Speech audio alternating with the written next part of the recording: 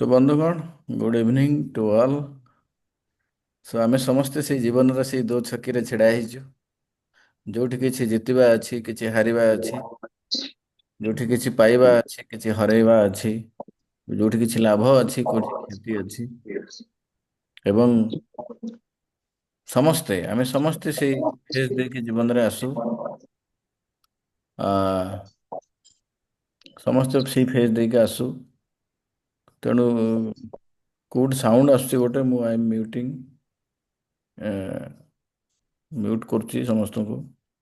ତ ଆମେ ସମସ୍ତେ ସେଇ ଫେଜ୍ ଦେଇକି ଆସୁ। ଏମିତି କେହି ନାହିଁ ଯେ ତା ଜଣଙ୍କ ଜୀବନରେ କେବଳ ପଜିଟିଭ ଭଲ ହେଇ ହେଇ ଯାଇଛି, ବା ଏମିତି କେହି ନାହିଁ ଯାହା ଜୀବନରେ କେବଳ ଦୁଃଖ ଅଛି। ସବୁ ଜାଗାରେ ଆମ ଭିତରେ ଭଲ ବି ଲାଇଫରେ ଆସେ, ଖରାପ ବି ଆସେ। ଏବଂ ଖରାପ ସମୟଟା ହିଁ ଆକ୍ଚୁଆଲି ପରୀକ୍ଷାର ସମୟ। ଆମେ ତାକୁ କେମିତି ଡିଲ୍ କରୁଛୁ। ବହୁତ ସମୟରେ ଆମର ନିଜର ଲୋକ କି ଆମର ପରପାରିକୁ ଚାଲିଯାଆନ୍ତି, ଆମକୁ ଭାରି କଷ୍ଟ ହୁଏ। ଅନଏକ୍ସପେକ୍ଟେଡ୍ ଡେଥ୍ ହେଇଯାଏ, ଆକ୍ସିଡେଣ୍ଟ କେଉଁଠି ହେଇଯାଏ, ହଠାତ୍ କିନା ଗୋଟେ ଅଜଣା ରୋଗ ଫ୍ୟାମିଲି ମେମ୍ବର ଭିତରେ କାହାକୁ ଗୋଟେ ହେଇଯାଏ ଯେଉଁଟା ଆମେ ଏକ୍ସପେକ୍ଟ କରିନଥାଉ। କିଛି ମାରାତ୍ମକ ରୋଗ ଲାଇକ୍ କ୍ୟାନ୍ସର, କିଡନୀ ଡିଜିଜ୍, ଏଗୁଡ଼ିକ ଯେତେବେଳେ ଗୋଟେ ଫ୍ୟାମିଲି ମେମ୍ବରକୁ ହୁଏ, ସେ ପେସେଣ୍ଟ ତ ସଫର କରେ ଏବଂ ତା ସହିତ ତା ଯେଉଁ ଅନ୍ୟମାନେ ଥାଆନ୍ତି ପେସେଣ୍ଟ ଆଟେଣ୍ଡାଣ୍ଟ, ଏବଂ ମୁଁ ନିଜେ ସେ ସବୁଥିରେ ଭୁକ୍ତଭୋଗୀ।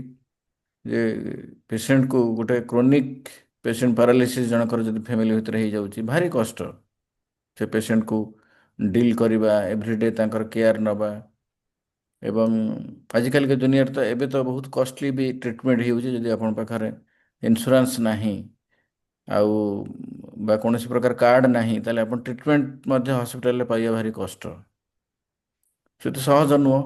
ଯେଉଁମାନେ ଇନ୍ସୁରାନ୍ସ କରିନାହାନ୍ତି, ମୁଁ କହିବି ପ୍ଲିଜ୍ ଇନ୍ସୁରାନ୍ସ କରନ୍ତୁ, ହେଲ୍ଥ ଇନ୍ସୁରାନ୍ସ କରନ୍ତୁ, so that you can afford a good hospital. ତ କହିବାର ଉଦ୍ଦେଶ୍ୟ ଅଛି ଯେ ବହୁତ ସମୟରେ ଆମ ଲାଇଫରେ ନେଗେଟିଭ ଜିନିଷ ହେବ, ନେଗେଟିଭ ଇଭେଣ୍ଟ ହେବ, ବା କିଏ ଆମକୁ ଧୋକା ଦେଇଦେବ, କିଏ ପଇସା ନେଇଥିବ ଦେବ ନାହିଁ। ବିଭିନ୍ନ ଜାଗାରୁ ଆମେ କେଉଁଠି ଜମି ଆମେ କିଣିଥିବୁ କିନ୍ତୁ ଜମି ପାଇଲୁନି, ଘର କରିଥିବୁ ଘର ଇଏ କରିପାରିବୁନି। ବହୁତ ଜାଗାରେ ବିଭିନ୍ନ ପ୍ରକାର ସମସ୍ୟାରେ ଆମେ ସମସ୍ତେ ଚାଲିଛୁ।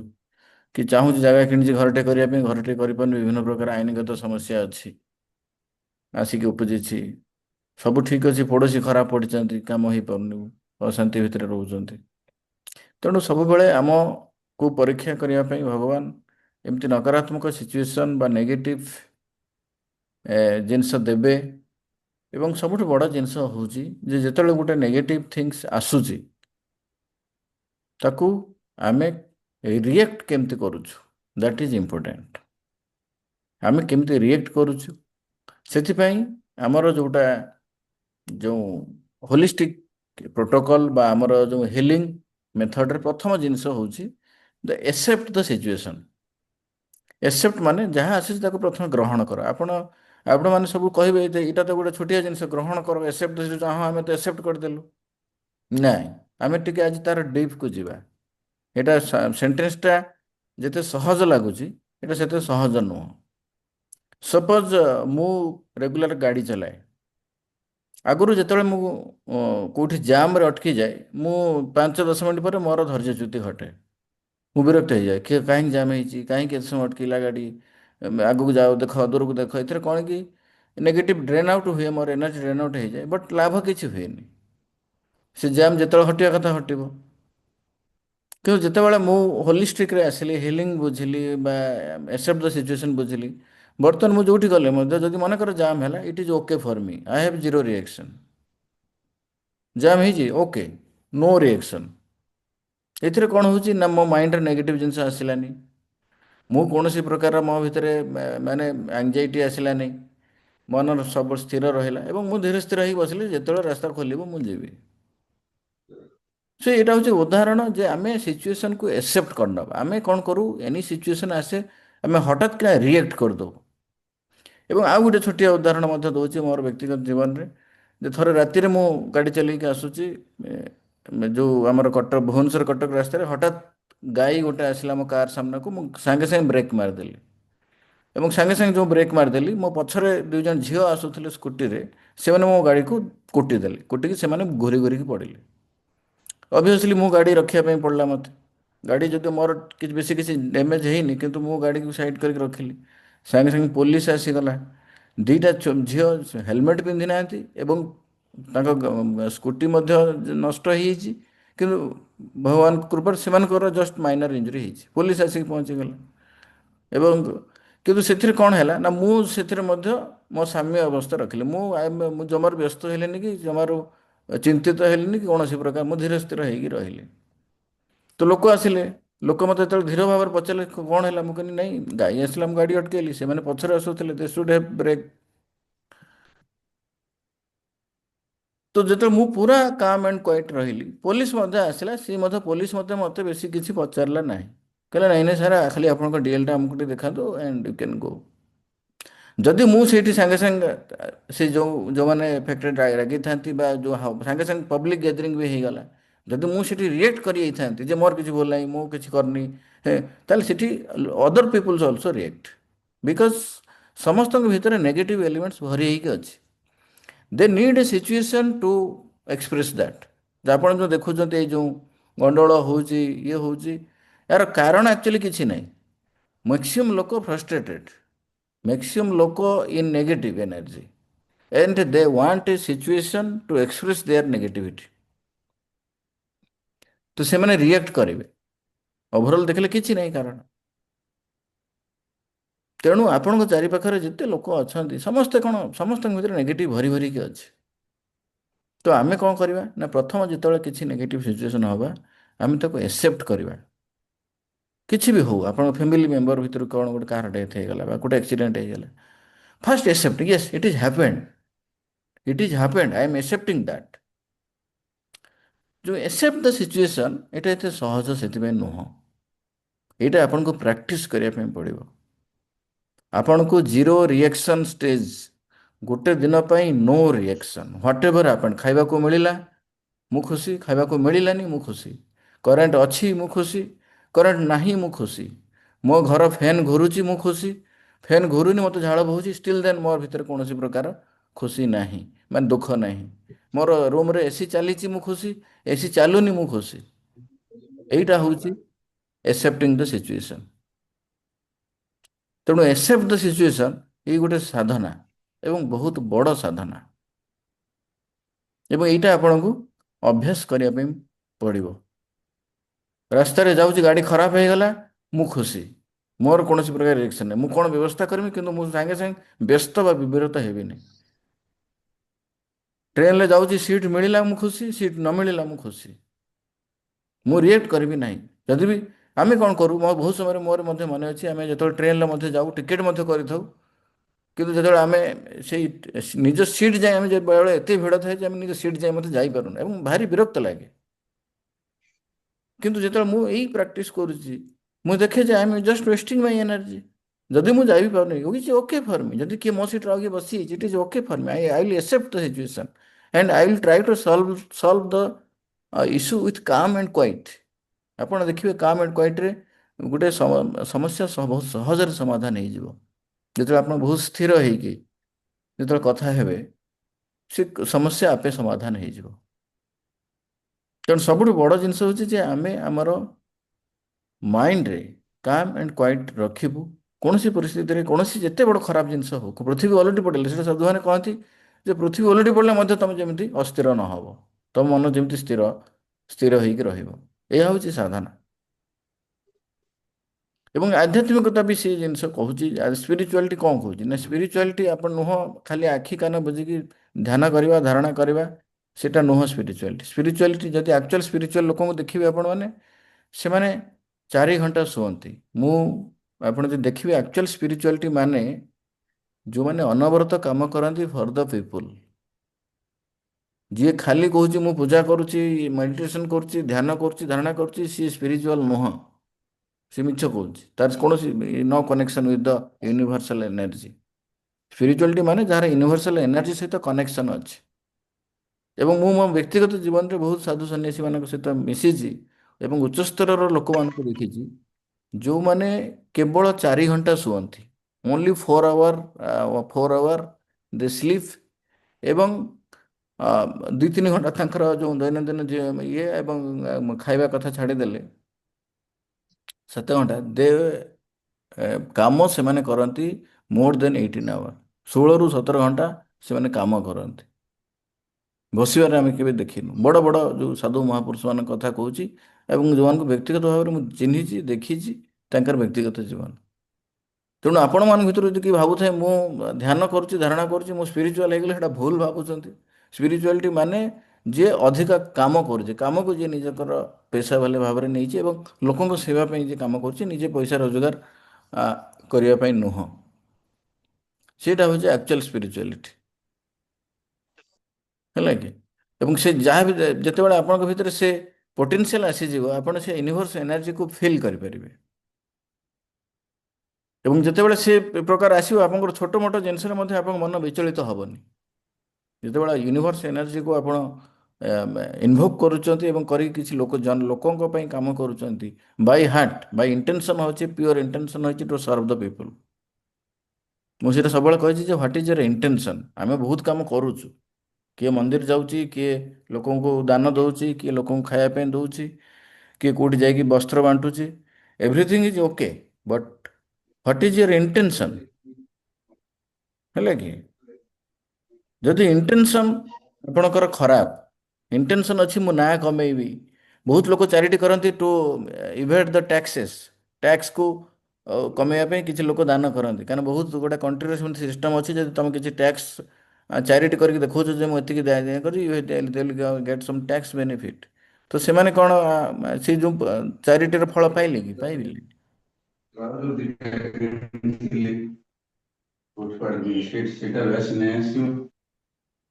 ତ ସେଥିପାଇଁ ତ ସେଥିପାଇଁ ତ ସେଥିପାଇଁ ଆମର ସବୁବେଳେ ମନେ ରଖିବା ଯେ ମୁଁ ଯାହା ବି କରୁଛି ମୋର ଇଣ୍ଟେନସନ୍ କ'ଣ? What is my intention? It is to serve the people or there is an selfish intention, ନା କମେଇବା। ତ ତେଣୁ ଏଇସବୁ ଜିନିଷ ହେଉଛି ଯେ ନେଗେଟିଭିଟିକୁ ଆମେ କେମିତି ଡିଲ୍ କରିବା। ପ୍ରଥମ ଜିନିଷ ହେଉଛି ଆମକୁ ନିଜର ସିଚୁଏସନକୁ ଆଗେ ଆକ୍ସେପ୍ଟ କରିବା ଏବଂ then we have to surrender to the universe, because ଏ ମହାନ ଯାତ୍ରାରେ ଆମେ କିଛି ଦିନର ଯାତ୍ରୀ। ଯଦି ଆପଣମାନଙ୍କ ଭିତରେ ଟିକେ କନସିୟସନେସକୁ ଆପଣ ନିଜର ବଢ଼େଇ ପାରିବେ, ଆପଣ ଜାଣିପାରିବେ ଯେ ଆପଣ ବହୁତ ଥର ଜନ୍ମ ହେଇଛନ୍ତି ଏବଂ ବହୁତ ଥର ମରିବେ, ମରିଛନ୍ତି। ତେଣୁ ଏଇ ଯାତ୍ରା ହେଉଛି କିଛି ଦିନର ଏବଂ କିଛି ସାଉଁଟା କର୍ମ ଅଛି, ତାକୁ ଭୋଗ କରିବା ପାଇଁ ପଡ଼ିବ। ସ୍ୱୟଂ ଭଗବାନଙ୍କୁ ମଧ୍ୟ ଭୋଗ କରିବା ପାଇଁ ପଡ଼ିଥିଲା, ଆମକୁ ଭୋଗ କରିବା ପାଇଁ ପଡ଼ିବ। କିନ୍ତୁ ଯେତେବେଳେ ଆମେ ଭଗବାନଙ୍କ ନାଁ ନେଇକି ତାକୁ ଭୋଗ କରିବା, ତାର ମାତ୍ରା କମିଯିବ। ଯେଉଁ କଷ୍ଟଟା ଆମେ ନର୍ମାଲି ପାଇଥାନ୍ତୁ, ସାଧାରଣ ଲୋକ ହିସାବରେ ପାଇଥାନ୍ତୁ, ଯେତେବେଳେ ଆମେ ସରେଣ୍ଡର ଟୁ ଦ ଗଡ୍ କରିଦେବା ବା ସରେଣ୍ଡର ଟୁ ୟୁନିଭର୍ସ କରିଦେବା, ତାହେଲେ ସେ ଭୋଗିବାର ମାତ୍ରାଟା କମିଯିବ, ଅର୍ଥାତ୍ ତାକୁ ସହିବାର ଶକ୍ତି ଆମେ ପାଇଯିବୁ। ତେଣୁ ଆମର ଗୋଟେ ଆଟାଚମେଣ୍ଟ ଥାଏ ଯେ ଆମେ ଭାବୁ ଏ ଲୋକ ନିଜର, ସେ ଲୋକ ନିଜର। କିନ୍ତୁ ଯେତେବେଳେ ଆପଣଙ୍କର ଗୋଟେ କନସିୟସନେସ୍ ଡେଭଲପ୍ କରିଯିବ, ଆପଣ ଦେଖିବେ ଯେ ଆପଣ ସମ୍ପୂର୍ଣ୍ଣ ଭାବରେ ଏକୁଟିଆ। ଆପଣ ଏକା ଆସିଥିଲେ, ଏକା ଚାଲିଯିବେ। ଆପଣଙ୍କ ସାଥିରେ କେହି ନଥିଲେ ଏବଂ ଗଲାବେଳେ ମଧ୍ୟ କେହି ନଥିବେ। ଏବଂ 8-10 ଦିନର ଯେଉଁ ତ ସ୍ୱର୍ଗଦ୍ୱାର ମୁଁ ବହୁତ ଥର ଯାଏ, ମୁଁ ଦେଖେ ଯେ ଗୋଟେ ଗୋଟେ ଲୋକଙ୍କୁ ମାନେ ଧରିକି ଆସିଥାନ୍ତି 20-30 ଲୋକ, 20-30 ଲୋକ ଗୋଟେ ଗୋଟେ ଡେଡ୍ ବଡିକୁ ଧରିକି ଆସିଥାନ୍ତି। ଏବଂ ଯେତେବେଳେ ଜୁଇର ନିଆଁ ଲାଗିଯାଏ, within 1 hour there was no one, କେହି ଜଣେ ବି ନଥାନ୍ତି, ଆଉ ବହୁତ ଜୋରେ କାନ୍ଦ ବୋବାଳି ଚାଲିଥାଏ। ଯେଉଁ ଡେଡ୍ ବଡ଼ିରେ ମୁଁ ଦେଖେ ବହୁତ ଜୋରରେ କାନ୍ଦ ବୋବାଳି, ସେଇ ଡେଡ୍ ବଡ଼ି ପାଖରେ ଘଣ୍ଟାଟେ ପରେ କେହି ନଥାନ୍ତି। ସେ ଯେଉଁ ଯେଉଁ ଆମର ଅସ୍ଥି ଦେବା ପାଇଁ ଯେତେବେଳେ ସେ ଲୋକ ଖୋଜେ, ସେ କେହି ନଥାନ୍ତି ସେଠି। Everybody hedge gun. କିଏ ଜଣେ କିଏ ଯାଇଥିବ, ଯଦି କିଏ ଜଣେ ରେସ୍ପନ୍ସିବଲ୍ ଥିବ ଯେ ନେବା ପାଇଁ, ସେ ବହୁତ ପରେ ଆସିବ। ତେଣୁ ଆମେ ମନେ ରଖିଥିବା ଏବଂ ଏଇ ଯେଉଁ ମୃତ୍ୟୁ ଚିନ୍ତାଟା ମଧ୍ୟ ଗୋଟେ part of the spiritual practice. ଏଇଟା ସବୁ ଧର୍ମଗ୍ରନ୍ଥରେ ସବୁ ସାଧୁ ମହାପୁରୁଷମାନେ କହିଛନ୍ତି ଯେ ଦିନର କିଛି ସମୟ ପାଇଁ ମୃତ୍ୟୁ ଚିନ୍ତା କରିବ, ଯେ ସଂସାର ଅସ୍ଥାୟୀ, ଅନିତ୍ୟ ଏବଂ ଆମେ କିଛି ଦିନ ପାଇଁ ଆସିଛୁ, କିଛି ଦିନ ପରେ ପୁଣି ଚାଲିଯିବୁ, କିଛି ଦିନର ଏ ଯାତ୍ରା। ଏଇଟା କିଛି ଆମେ ଚିନ୍ତା କରିବୁ। ଏବଂ ଡେଥ୍ ମେଡିଟେସନ୍ ମଧ୍ୟ ଗୋଟେ ଅଛି, ଯେଉଁଟାକି ଆପଣମାନେ ଟିକେ ଆଡ଼ଭାନ୍ସ ଲେଭେଲକୁ ଆସିଲେ ମୁଁ କରେଇ ପାରିବି। ଏବେ ତ ଆମେ ବେସିକ୍ ମେଡିଟେସନ୍ ଟିକେ ଟିକେ କରଉଛୁ। ତ ସିଏ ହେଉଛି କଥା, ଯେତେବେଳେ ଆମେ ଡିଟାଚ୍ କରିଦେବା ସମସ୍ତଙ୍କୁ, ଧୀରେ ଧୀରେ ଆମ ଭିତରେ ଯେଉଁ ଆଙ୍ଗଜାଇଟି ଆଉ ଡିପ୍ରେସନ୍ ଆଉ ବା ଫ୍ରଷ୍ଟ୍ରେସନ୍ ଏଗୁଡ଼ିକ କମି କମିଯିବ। ଏବଂ ସେଇ ଟାଇମ୍ରେ ଆମେ ମଧ୍ୟ we can give more effort to serve. ମନେ କରନ୍ତୁ ଗୋଟେ ଆକ୍ସିଡେଣ୍ଟ ହେଇଛି, ଯଦି ଆପଣ ହଠାତ୍ କିନା ବେଶୀ ବ୍ୟସ୍ତ ବିବ୍ରତ ହେଇଛି, ୟୁ ୱିଲ୍ ଟେକ୍ ଏ ରଙ୍ଗ ଡିସିସନ୍। ଯଦି ଆପଣ କୁଲ୍ ରହିଲେ, କାମ୍ ରହିଲେ, then definitely you will take right decision ଯେ ହଁ ଏଇ ଜାଗାରେ ଆଉ ଅମୁକ ହସ୍ପିଟାଲକୁ ଏଇ ଡାକ୍ତରଙ୍କୁ ଦେଖେଇଲେ ଆମେ ଠିକ୍ ଟ୍ରିଟମେଣ୍ଟରେ ପାଇବୁ। ତ ସେଥିପାଇଁ ବହୁତ ଜରୁରୀ ଯେ ଆମେ ପ୍ରଥମେ ଏକ୍ସେପ୍ଟ ସିଚୁଏସନ୍ କରିବା, କଟ୍ କଟ୍ କରିବା, ଅର୍ଥାତ୍ ଆମେ କାହା ସହିତ ବେଶୀ ଆଟାଚମେଣ୍ଟ ନ ରଖିକି କଟ୍ କଟିଂ କରିବୁ। ଏବଂ ତାପରେ whatever the necessary you will try your best. ଗୋଟେ ଜିନିଷ ଆମେ କରିପାରିବା, ଆମେ ଡାକ୍ତର ହିସାବରେ ଟ୍ରିଟମେଣ୍ଟ ଦେଇ ନପାରୁ, କିନ୍ତୁ ମୁଁ ଯାହା ପାରିବି ସେଇଟା ମୁଁ କରିବି। ମନେକର ଗାଡ଼ିଟେ ଡକେଇବା କଥା ମୁଁ ଗାଡ଼ି ଡକେଇଦେବି, କେଉଁ ଡାକ୍ତରକୁ ଦେଖିବା କଥା ମୁଁ ସେଇଟା ମୋର ଚେଷ୍ଟା କରିବି। ବହୁତ ସମୟରେ ମୋତେ ଫୋନ୍ ଆସେ ଯେ ସାର୍ ସମ୍ ହସ୍ପିଟାଲ ଆମର ଅମୁକ ପେସେଣ୍ଟ ଅଛି, ଆଉ ଆପଣ ଟିକେ ଦେଖିବେ। ମୁଁ ସେ ପେସେଣ୍ଟକୁ ଟ୍ରିଟମେଣ୍ଟ କରୁନି, ଯେ ଟ୍ରିଟମେଣ୍ଟ କରୁଛନ୍ତି ସେ ଡାକ୍ତର ହୁଏତ ମୋ ଫୋନ୍ ଉଠେଇ ପାରିବେ, ଉଠେଇବେ ବା ନ ଉଠେଇବେ।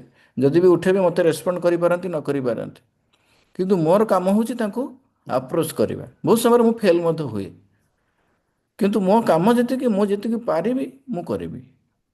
ମୋର ଯେତିକି ଭଗବାନ ମୋତେ ଯେତିକି କ୍ଷମତା ଦେଇଛନ୍ତି, ଯେତିକି ଦକ୍ଷତା ଦେଇଛନ୍ତି, ଆମେ ସେତିକି ଚେଷ୍ଟା କରିବୁ। ବହୁତ ସମୟରେ ଆମେ ପାରୁନା, ମାନେ ମୋ ଯେଉଁ ପେସେଣ୍ଟ ଇଏ କଥାରେ ବହୁତ ସମୟରେ ଆମ ସମ୍ ହସ୍ପିଟାଲରେ ବହୁତ ପେସେଣ୍ଟ ଆମ ରିଲେଟିଭ୍ କିଏ ଆସନ୍ତି, ଆଡ଼ମିଟ୍ ହୁଅନ୍ତି, ଲୋକ ଫୋନ୍ କରନ୍ତି ଯେ ଟିକେ ବୁଝିବ ଦେଖିବ। ବହୁତ ସମୟରେ ମୋତେ ହୁଏନି ସମୟ, ବା ବହୁତ ସମୟରେ ସେ ଡାକ୍ତରଙ୍କୁ ଆପ୍ରୋଚ୍ କଲେ ମଧ୍ୟ ଦେ ଡୁ ନଟ୍ ରେସ୍ପଣ୍ଡ, ବିକଜ ସବୁ ଡାକ୍ତରଙ୍କ ନିଜ ନିଜ ଇଏ ଅଛି।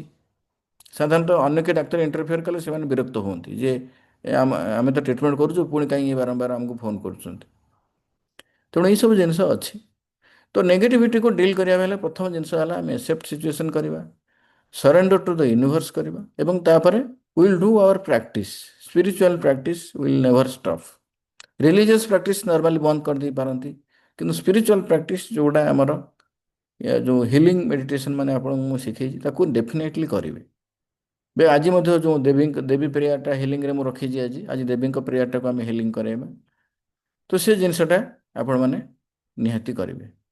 ଏବଂ ଫୋର୍ଥ ହେଲା, ବହୁତ ସମୟରେ ଯେତେବେଳେ ଆମେ ଟିକେ ଡାଉନ୍ ହେଇଯାଉ, ତ ଆମକୁ ପଜିଟିଭ୍ ଆଟିଚ୍ୟୁଡ଼ ଯେଉଁ ସାଙ୍ଗସାଥି ଅଛନ୍ତି ୱି ସୁଡ୍ ସେୟାର। ବହୁତ ସମୟରେ ସେୟାର କଲେ ଆମର ଦୁଃଖ କଷ୍ଟ ଟିକେ ଲାଘବ ହେଇଯାଏ। ବହୁତ ସମୟରେ ଆମେ କ'ଣ କରୁ କି ବହୁତ ଗୁଡ଼ା ରିଆକ୍ସନ୍ ଥାଏ, ଆମେ ସେୟାର କରୁନା। ତ ସେଥିପାଇଁ ଗୋଟେ ପିୟର ଗ୍ରୁପ୍ ଆପଣ ରଖିଥିବେ, ନିଜର ସାଙ୍ଗସାଥି ନିଜର ଗୋଟେ ପିୟର ଗ୍ରୁପ୍ ରଖିଥିବେ ବା ଗୋଟେ କ୍ଲୋଜ୍ ଗ୍ରୁପ୍ ରଖିଥିବେ, ଆଟଲିଷ୍ଟ ତାକୁ ସେୟାର କରିପାରୁଥିବେ। ବିଶେଷ କରି ଲେଡ଼ିଜ୍ ମାନଙ୍କ କ୍ଷେତ୍ରରେ ଏଇ ପ୍ରୋବ୍ଲେମଟା ବହୁତ ହୁଏ, କାରଣ ତାଙ୍କ ପାଖରେ ସେୟାର କରିବା ପାଇଁ କେହି ନଥାନ୍ତି। ସେମାନେ ଟିକେ ପ୍ରଥମରୁ କନଜରଭେଟିଭ୍ ହେଇଯାନ୍ତି, ତାପରେ ତାଙ୍କର ଯେଉଁ ପ୍ୟାରେଣ୍ଟିଂ ଯେଉଁ ଜାଗାରେ ହେଇଥାଏ ସେଠୁ ଚେଞ୍ଜ ହେଇଯାଏ, ଏବଂ ତାପରେ ତାଙ୍କର ଯେଉଁ ଫ୍ରେଣ୍ଡ ସର୍କଲଟା ବେଶୀ ହେଇପାରେନି। ସେଥିପାଇଁ ବହୁତ ସମୟରେ ଦେଖିବେ ଲେଡ଼ିଜ୍ ମାନେ ହିଁ ବେଶୀ ଏଇ ଯେଉଁ ଏଇଟା ବେଶୀ ଏଫେକ୍ଟେଡ଼ ହୁଅନ୍ତି, କାହିଁକିନା ତାଙ୍କର main problem they do not get anybody to share. Gents ମାନଙ୍କର ଗୋଟେ ସର୍କଲ୍ ଥାଏ, କିଏ ଯୋଗ କଲେ ବା ୱାକିଂ କଲେ ବା ଗୋଟେ ଚାକିରି କଲେ ତାଙ୍କର ସର୍କଲ୍ ଥାଏ। ବିଶେଷ କରି ହାଉସ୍ ୱାଇଫ୍ ମାନଙ୍କର ସେ ଇସ୍ୟୁଟା ମୁଁ ଟିକେ ଦେଖିଛି। ତ ସେଥିପାଇଁ ଆମକୁ ଗୋଟେ ସାଙ୍ଗସାଥି କାହା ଗୋଟେ ଖୋଜିବାର ଅଛି, ଯାହା ପାଖରେ ମୁଁ ମୋର ଯାହା ବି ମୋର ପେନ୍ ଅଛି, ଦୁଃଖ ଅଛି, କଷ୍ଟ ଅଛି, ତାକୁ ମୁଁ ସେୟାର ଟିକେ କରିବି। ସେୟାର କରିଦେଲେ ଆଉ ଡେଫିନେଟଲି ୟୁ ସୁଡ୍ ସେୟାର। କେବେ ମନ ଭିତରେ ଗୋଟେ ଚାପିକି ରଖିବାନି। ବହୁତ ଯାହା ଖରାପ ଲାଗିଲା, କିଛି ଗୋଟେ ଖରାପ ହେଲା ଆପଣଙ୍କ ସାଙ୍ଗରେ, କିଏ ଗୋଟେ ଆପଣଙ୍କୁ କ'ଣ କହିଦେଲା ବା କିଏ ଆପଣଙ୍କୁ ଧୋକା ଦେଲା, ବା କାହା କଥା ଗୋଟେ ଆପଣଙ୍କୁ ବହୁତ ଆଘାତ ଲାଗିଲା, you just share it with your ଯାହାକୁ ଭାବୁଛନ୍ତି ଯାହା ପାଖରେ ସେୟାର କରିପାରିବେ। ସେୟାର କରିଦେଲେ ମନ ଯେଉଁ କୁହାଯାଏ ହାଲକା ହେଇଯାଏ। ତାକୁ ଡେଫିନେଟଲି ସେୟାର କରିବେ। ସେୟାରଟାକୁ ଆପଣ ରଖିବେ, ସବୁବେଳେ ନିଜର ପିୟର ଗ୍ରୁପ୍ ରଖିବେ, କେବେ ଛାଡ଼ିବେନି ତାଙ୍କୁ। ଆଉ ନେଭର ଜଜ୍ ଏନିବଡି। ବହୁତ ସମୟରେ ଆମକୁ ଲାଗେ ଯେ ମୁଁ ଗୋଟେ ଲେବୁଲକୁ ଆସିଗଲି, ମୁଁ ଗୋଟେ ବହୁତ ବଡ଼ ହେଇଗଲି, ସିଏ ଗୋଟେ ମୋ ସାଙ୍ଗ ସ୍କୁଲ ସାଙ୍ଗ ଥିଲା, ତାକୁ ଗୋଟେ ମୁଁ କ'ଣ କହିବି ନା, no never. Everybody has their own potential, everybody is unique. ତେଣୁ ଆପଣଙ୍କ ଫ୍ରିକ୍ୱେନ୍ସି ଯାହା ସହିତ ମ୍ୟାଚ୍ କରୁଛି, ମାନେକର ମୋର ଫ୍ରେଣ୍ଡ ସର୍କଲ୍ ବହୁତ କମ୍, but they are very close. ଯେଉଁ ଡକ୍ଟରମାନଙ୍କ ଭିତରେ ବି ମୋର 4-5 ଜଣ ମୋର ଅତି କ୍ଲୋଜ୍ ସାଙ୍ଗ, and they are very very close. ଏବଂ ଚିହ୍ନା ପରିଚୟ ଭିତରେ ତ ମୋର 300ରୁ ମୋର୍ ଦେନ୍ 400-500 ଡକ୍ଟର ଏମିତି ଚିହ୍ନା ପରିଚୟ ଅଛନ୍ତି, କିନ୍ତୁ କ୍ଲୋଜ୍ ସାଙ୍ଗ ସେଇ 4-5 ଜଣ ଅଛନ୍ତି ଯାହାଙ୍କ ପାଖରେ ମୁଁ କିଛି ବି ସେୟାର କରିପାରିବି। ତ ସେଇଟା ଫ୍ୟାମିଲି ମେମ୍ବର ଭିତରେ ମଧ୍ୟ ଆପଣ ଯାହାକୁ କମ୍ଫର୍ଟେବଲ୍ ଲାଗୁଛନ୍ତି ତା ପାଖରେ ମଧ୍ୟ ସେୟାର କରିପାରିବେ। ଏବଂ ପିଲାମାନଙ୍କୁ ମଧ୍ୟ ଏକଥା ଶିଖାନ୍ତୁ ଯେ at least they should learn to share. କାହିଁକିନା ବହୁତ ସମୟରେ ଆମ ସାଙ୍ଗରେ ସବୁବେଳେ ଭଲ ହବନି, ଖରାପ ହବ ହିଁ ହବ। But how to deal, you have to share. ଆମକୁ ସେୟାର କରିବା ପାଇଁ ପଡ଼ିବ। ଏବଂ ତାପରେ କ'ଣ କରିବା? Then we have to go for motivation. ଆମେ ସେୟାର କଲୁ, ଆମେ ରିଏକ୍ଟ କଲୁନି, ଆମେ ୟୁନିଭର୍ସକୁ ଜଣାଇଦେଲୁ। Then we have to look for the motivation. Motivation ପାଇଁ you can watch a motivational movie, you can listen a song. ବହୁତ ସମୟରେ ମ୍ୟୁଜିକ୍ ଶୁଣିଲେ ମଧ୍ୟ ଆମ ମନ ହାଲକା ହେଇଯାଏ। ମନ୍ତ୍ର ଚାଣ୍ଟିଂ ଶୁଣିଲେ, ଗାୟତ୍ରୀ ମନ୍ତ୍ର ଚାଣ୍ଟିଂ ଶୁଣିଲେ, ବା ଯେଉଁ ଜୟ ସିଆରାମ ମନ୍ତ୍ର ଚାଣ୍ଟିଂ ଶୁଣିଲେ, ବା ଆମର ଯେଉଁ ହିଲିଂ ମେଡ଼ିଟେସନ୍ ଗୁଡ଼ିକ ଅଛି, ଯେଉଁ ମ୍ୟୁଜିକ୍ ଅଛି, ଆପଣ ୟୁଟ୍ୟୁବରେ ଅଛି, ସେଗୁଡ଼ା ଫ୍ରି ଅଫ୍ କଷ୍ଟ, ତାକୁ ଶୁଣିଲେ ଆମ ମନ ହାଲକା ହେଇଯିବ। ବା ଯଦି ନାହିଁ ଆପଣଙ୍କର ଟ୍ୟୁନ୍ କ'ଣ, ଆମ ଇମୋସନ୍ ଟ୍ୟୁନ୍ରେ ମଧ୍ୟ ଗୋଟେ ଥାଏ ଯେ କାହାକୁ ନାଚ ଗୀତ ଭଲ ଲାଗେ, ଡ୍ୟାନ୍ସ ଗୀତ ଭଲ ଲାଗେ, କାହାକୁ ଇମୋସନାଲ୍ ଗୀତ ଭଲ ଲାଗେ, କାହାକୁ ରୋମାଣ୍ଟିକ୍ ଗୀତ ଭଲ ଲାଗେ, କାହାକୁ ସ୍ୟାଡ୍ ସଙ୍ଗ ଭଲ ଲାଗେ, ହ୍ୱାଟ୍ ଏଭର୍ ମେ ବି। କାହିଁକିନା ସମସ୍ତଙ୍କର ଇମୋସନାଲ୍ ପାଟର୍ନ ଅଲଗା। କାହାକୁ କମେଡ଼ି ଭିଡ଼ିଓ ଭଲ ଲାଗେ, ବିକଜ ସମସ୍ତଙ୍କର ଇମୋସନ୍ ପାଟର୍ନ ଅଲଗା, and you should respect that. ବିଶେଷ କରି ମୁଁ ଯଦି ମୋ କଥା କହିବି, ମୋତେ ଇମୋସନାଲ୍ ଆଣ୍ଡ ରୋମାଣ୍ଟିକ୍ ଟାଇପ୍ର ଜିନିଷ ଭଲ ଲାଗେ। ମୋତେ ଯେଉଁ ନାଚ ଗୀତ ହସଖୁସ୍ ଜିନିଷ ଏତେ ଭଲ ଲାଗେନି। ମୋତେ ଟିକେ ସୁଦିଂ ମ୍ୟୁଜିକ୍ରେ ମୋତେ ଟିକେ ରିଲାକ୍ସ ଲାଗେ। ତେଣୁ ମ୍ୟୁଜିକ୍ ମଧ୍ୟ ବହୁତ ସମୟରେ ଆମକୁ ହିଲ୍ କରାଏ। ମ୍ୟୁଜିକ୍ ବହୁତ ସମୟରେ ଆମକୁ ଆମର ବର୍ଡ଼ନ୍, ମେଣ୍ଟାଲ୍ ବର୍ଡ଼ନ୍ଟାକୁ କମେଇ ଦିଏ। So you should listen for the music and you should go for the motivational videos. ବହୁତ ମୋଟିଭେସନାଲ୍ ଭିଡ଼ିଓସ୍ ଆମର ୟୁଟ୍ୟୁବରେ ଅଛି। ତ ଆମେ ମୋଟିଭେସନାଲ୍ ଭିଡ଼ିଓକୁ ମଧ୍ୟ ଆମେ ଦେଖିପାରିବା। ଯେଉଁମାନେ କିଛି ବହୁତ ବହୁତ ବଡ଼ ବଡ଼ ମୋଟିଭେସନାଲ୍ ସ୍ପିକର ଅଛନ୍ତି, ସନ୍ଦୀପ ମାହେଶ୍ୱରୀ ହୁଅନ୍ତୁ, ବିବେକ ବିନ୍ଦ୍ରା ହୁଅନ୍ତୁ, ଆମର ସୋନୁ ସମଥିଙ୍ଗ କ'ଣ, ସୋନୁ ଶର୍ମା, ସାୟଦ ସୋନୁ ଶର୍ମା, ସିଏ ଅଛନ୍ତି। ବହୁତ ମାନେ ଆମର ସ୍ପିରିଚୁଆଲ ଗୁରୁମାନଙ୍କର ମଧ୍ୟ ଭିଡ଼ିଓ ଅଛି, ରବିଶଙ୍କରଙ୍କ ଭିଡ଼ିଓ ଅଛି, ଆମର ପ୍ରଜ୍ଞାନନ୍ଦ ପରମହଂସଙ୍କର ବହୁତ ଗୁଡ଼ାଏ ଓଡ଼ିଆରେ ବହୁତ ଗୁଡ଼ାଏ ଭିଡ଼ିଓ ଅଛି, ଯେଉଁଟାକୁ ଶୁଣିଲେ ଆପଣଙ୍କର ମାଇଣ୍ଡ ସୁଦ୍ ହେବ, ମାଇଣ୍ଡ କାମ୍ ହେଇଯିବ। ସଦ୍ଗୁରୁଙ୍କର ଗୁଡ଼ାଏ ଭିଡ଼ିଓ ଅଛି, ତ ତାକୁ ଆମେ ମଧ୍ୟ ଶୁଣିବା। ଏବଂ ତା ସହିତ ମଧ୍ୟ ଗୋଟେ କବିତା ଅଛି, ଯେଉଁଟା ପୋଏମ୍ ଅଛି, ଯେଉଁଟାକୁ ମଧ୍ୟ ଆମକୁ ଏନର୍ଜି ଦିଏ। ବହୁତ ସମୟରେ ଆମକୁ ମଧ୍ୟ ସେଇଟା ଅପଲିଫ୍ଟ କରେ। ଏବଂ ବ୍ୟକ୍ତିଗତ ଭାବରେ କେତେଟା କବିତା, ଯେମିତି ମୋତେ କୋशिଶ କରନେ वाला को कभी हार नहीं होती, ଏଇ କବିତାଟି ଯେଉଁଟାଙ୍କ ହରିବଂଶ ରାୟ ବଚ୍ଚନଙ୍କର, ଏଇ କବିତାଟି ମୋତେ ଭଲ ଲାଗେ। ଯେ ଆମେ ସବୁବେଳେ ଚେଷ୍ଟା କରିବା, କେବେ କେଉଁ ମୁହୂର୍ତ୍ତରେ ଆମେ ହାର ମାନିବା ନାହିଁ। ଏଇଟା ମୋତେ ଯେତେବେଳେ ବି ମୋତେ ଟିକେ ଡାଉନ୍ ଲାଗେ, ମୁଁ ସେଇ ଗୀତଟି ବା ସେ କବିତାଟି ପୁଣି ଥରେ ଡାଉନଲୋଡ୍ କରିକି ପଢ଼େ, कि कोशिश करने वालों की कभी हार नहीं होती। ଏବଂ ଏବଂ ଆଜି ସେଇ କବିତାଟାକୁ ମଧ୍ୟ ମୋର ଗୋଟେ ଟାର୍ଗେଟ୍ ଥିଲା ଯେ ସେଇ କବିତାଟା ଆଜି ଗୋଟେ ମୁଁ ଆପଣଙ୍କୁ ବୁଝେଇଦେବି ଏକ୍ଜାକ୍ଟଲି ସେ କବିତାଟା କାହିଁକି ଏତେ ପାୱାରଫୁଲ୍ ଏବଂ କାହିଁକି ତାକୁ ଆମେ ଜାଣିବା ଜରୁରୀ। ଏବଂ ସो ଲହରେ ସେ ଡରକର ନୌକା ପାର नहीं होता, ଅର୍ଥାତ୍ ଏ ଯେଉଁ ସଂସାର ରୂପକ ଆମେ ଯାତ୍ରାରେ ଅଛୁ, ସେଥିରେ ଯେଉଁ ଲହଡ଼ି ଅଛି, ଯଦି ତାକୁ ଆମେ ଡରିବା, ତାହେଲେ ଆମର ଜୀବନ ଯାତ୍ରା ବା ନୌକାଟା ଆମର ପାର ହେଇପାରିବ ନାହିଁ। ଏବଂ କବି ସେଟାକୁ କହୁଛନ୍ତି, ଲହର ସେ ଡରକର ନୌକା ପାର नहीं होती, କୋशिଶ करने वालों की कभी हार नहीं होती। ତ ଆମେ ଜୀବନର ଶେଷ ସମୟ ଯାଇ ଏ ଲାଇନ୍ଟାକୁ କେବେ ଭୁଲିବାନି। ଯଦି ଆମ ନିଶ୍ୱାସ ଚାଲିଛି, ଆମେ ଚେଷ୍ଟା କରିବା with our best to be stay happy and stay healthy। सो कोशिश करने वालों की कभी हार नहीं होती।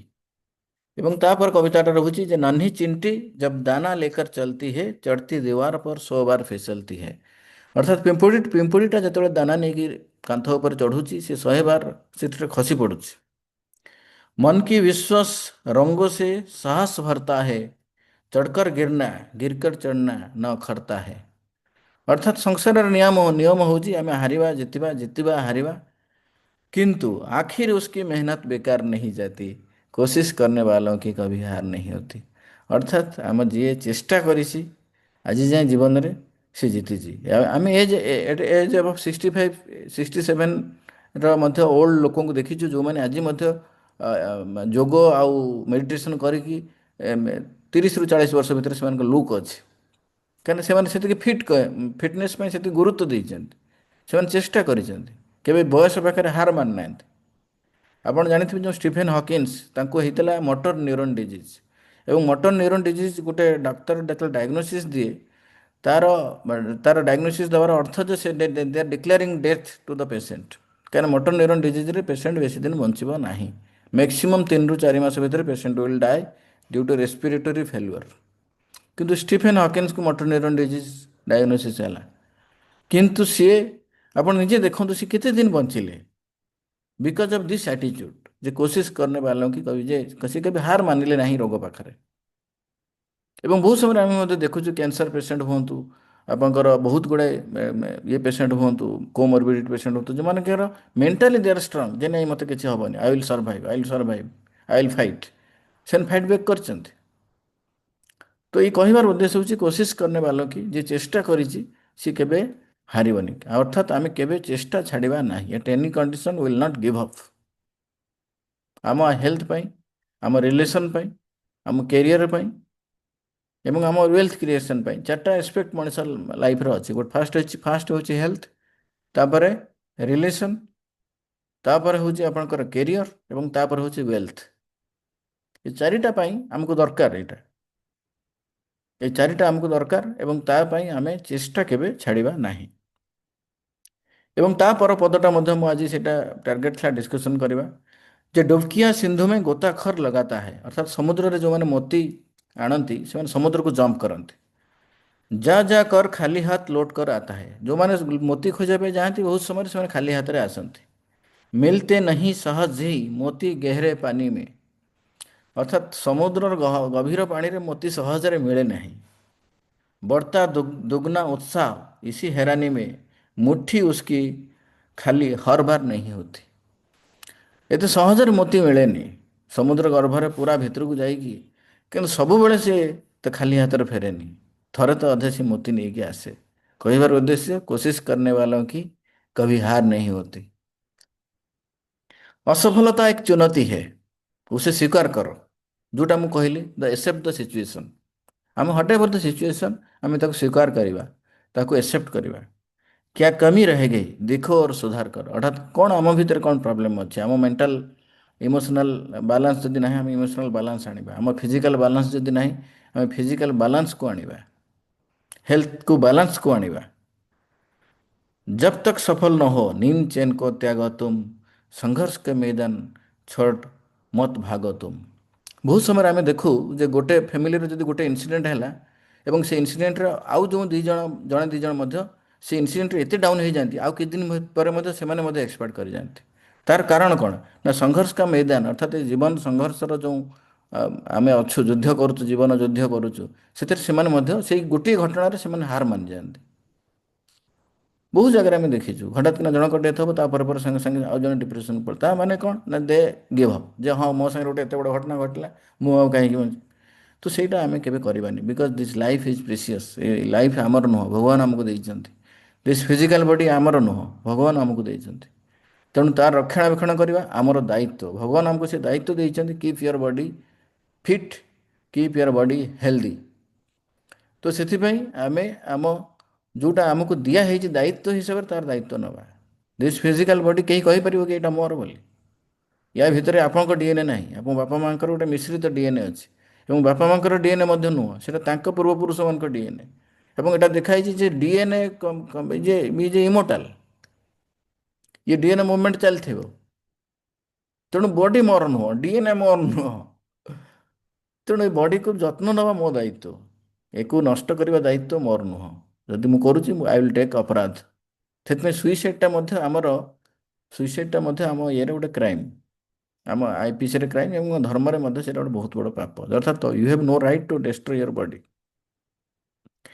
कुछ किए बिना ही जय जयकार नहीं होती कोशिश करने वालों की कभी हार नहीं होती तेणु एतिक मोर आज थिला आमर टॉपिक जे चेष्टा आम सब करवा will give our maximum effort to be healthy to be happy will create a joyful environment surrounding us आम चारि पाखरे गोटे जयफुल सराउंडिंग सब आम चेष्टा करवा एवं एटा संसार नियम सब भल हम ना भल पर खराब आसो खराब आम मेंटाली प्रिपेयर हवा हाँ आम पाक खराब सिचुएसन आसो बट खराब सिचुएसन को आम भल हिसाब से नवा will not react will surrender to God will try to keep our self calm quiet will practise our spirituality आम स्पिरिचुअल प्रैक्टिस करवा आम योग प्रैक्टिस करवा आम गुड डाएट प्रैक्टिस करवा ଆମେ ଆମ ଗୁଡ୍ ମାଇଣ୍ଡ ଷ୍ଟାଟସ୍ ପାଇଁ ପ୍ରାକ୍ଟିସ୍ କରିବା। ମ୍ୟୁଜିକ୍ ଶୁଣିପାରିବା, କବିତା ପଢ଼ିପାରିବା, ବହି ପଢ଼ିପାରିବା। ବହୁତ ଗୁଡ଼ା ବହି ଅଛି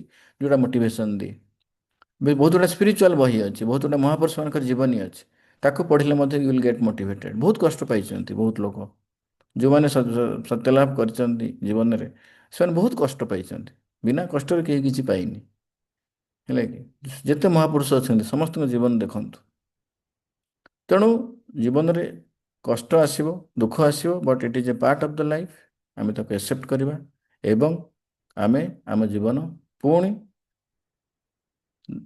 ଧୀର, ନମ୍ର ଏବଂ ଶାନ୍ତ ହେଇକି କାଟି ଚାଲିବା। ସୋ ବହୁତ ବହୁତ ଧନ୍ୟବାଦ ଆଜିର ଏଇ ଯେଉଁ ସେସନକୁ।